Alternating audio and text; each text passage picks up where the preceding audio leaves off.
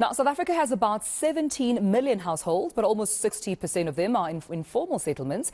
And this is according to Lightstone Property's latest analysis of the property market. It paints a bleak picture of the growing inequality in the country. It found the Western Cape has the most formally registered homes, while Limpopo has the lowest at just 15%. Property economist Erwin Rode joins us for a closer look at these trends. And Erwin, good morning to you. Thanks for your time. What informs some of the stats we're seeing, especially if we use Western Cape and the Limpopo province as proxies? Why such a huge gap in terms of those formally registered homes and those informal dwellings we see there?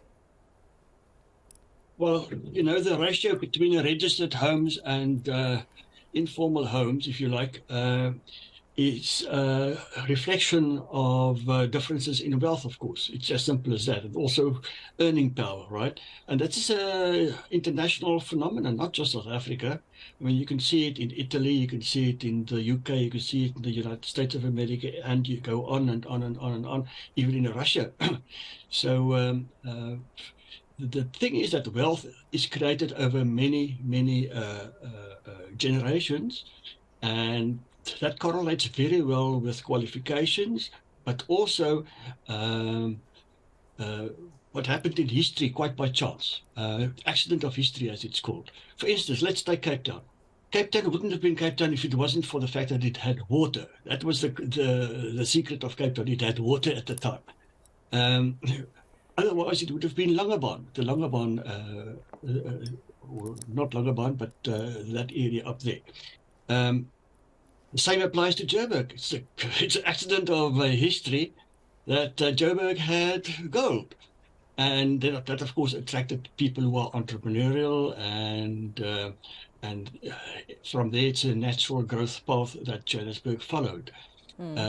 Whereas backwaters like Limpopo and the Eastern Cape, they never had a specific attraction point.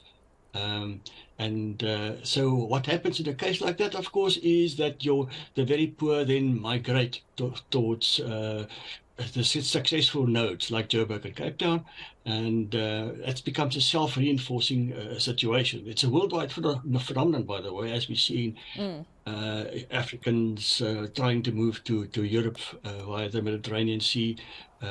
It's universal. You see Mexicans moving to the United States of America.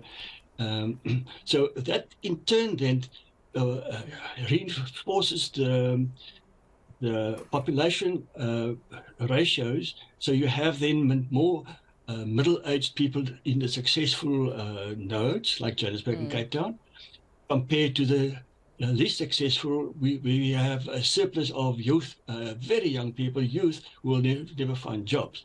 Yeah. And that was my next question, to say, does age have anything to do with it, where we see, you know, the age groups that are less productive just economically, such as the elderly as well as the really young people moving in much of these provinces and areas that have a higher percentage of informal dwellings? Yeah, as I said, you know, it's not quite clear to me whether it's the egg or the chicken that comes first.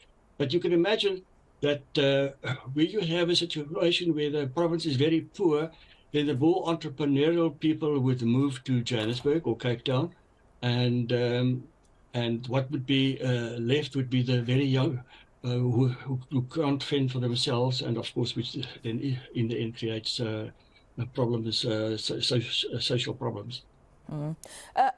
Just Erwin, in terms of managing expectations, because you did make the example with other parts of the world, stating that this is more of a norm. We see in other cities as well, where there are some that have high percentages of formal dwellings and, you know, some not. Is there a point where we can expect for that number to be more balanced? Or is this more of what really happens just in terms of trends around the world? Or is there a way to bridge that gap and find more of a better balance than seeing more and more people, especially in these other, you know, poorer provinces, living under informal dwellings? It's a very difficult one. It's going to take generations, if at all.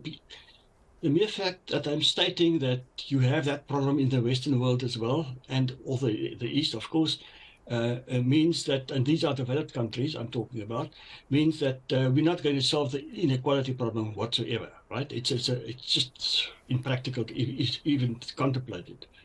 What we hope to do over the next few generations is to narrow the gap between the well-off nodes in South Africa and the very poor nodes as they or provinces as they exist at the moment.